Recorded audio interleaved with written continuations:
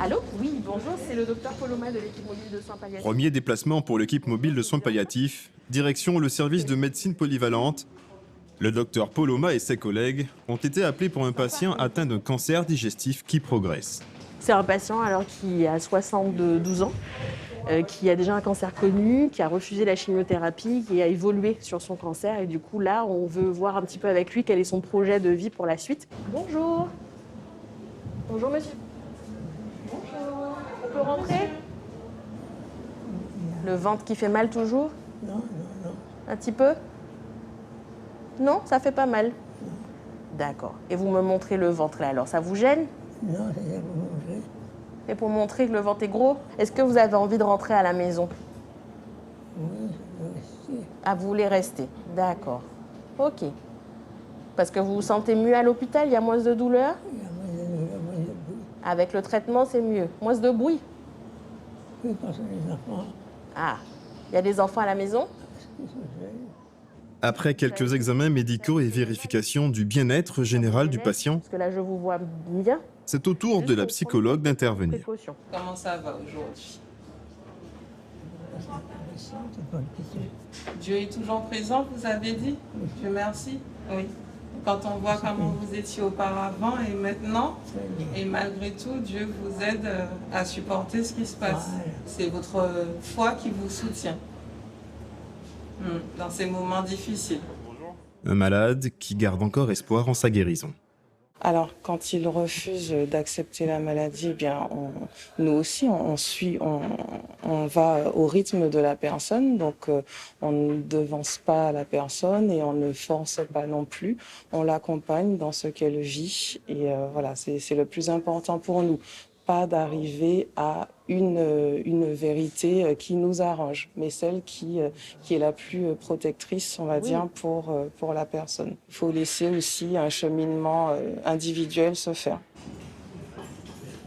Aider le malade à cheminer à son rythme, mais aussi accompagner la famille. Assistantes sociales et psychologues ont une oreille attentive pour les proches, afin de les aider à traverser au mieux l'épreuve de la maladie et du deuil inévitable. De retour à leur bureau, l'équipe appelle la famille du patient septuagénaire. Voilà, alors en tout cas, il est entouré. Ce que je peux faire, c'est laisser mon numéro de téléphone le temps que vous fassiez le point avec votre mère, quant aux besoins, et puis vous me rappelez. Je souhaitais vous parler aussi pour savoir comment vous allez, comment va votre maman. Elle est fatiguée, elle a faibli. D'accord. Et vous? Il faut être solide pour tout le monde. Oui, c'est pas évident. L'urgence, on va dire, la plus fréquente, c'est la douleur. Hein, c'est sur la gestion de la douleur. Mais la suite, qu'est-ce qu'on fait? Qu'est-ce qu'on propose? Est-ce que c'est quelqu'un qu'on faut mettre d'autres aides à la maison? Quel suivi, quel accompagnement on met en place? Les visites se poursuivent pour l'équipe mobile. Nous retrouvons le docteur Poloma au service des urgences, avec une patiente sainte-lucienne dans un état critique. Ce qui frappe, ce sont les nombreux gestes et paroles de réconfort du médecin et des infirmières. Mais déjà, donc, à essayer soulager au Tibouin pour les vomissements, pour ces vomissements. Après 10 années de pratique en médecine interne, le docteur Poloma a choisi d'intégrer les soins palliatifs pour, dit-elle, amener plus de sens à son métier.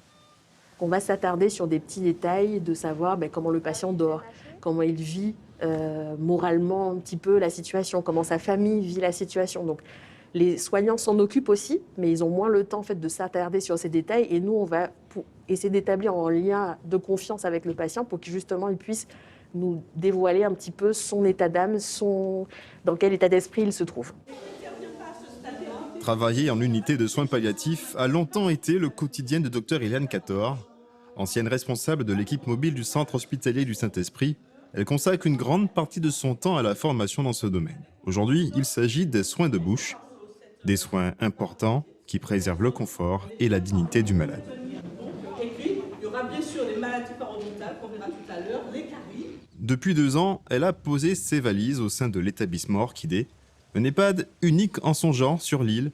100% des résidents souffrent de la maladie d'Alzheimer.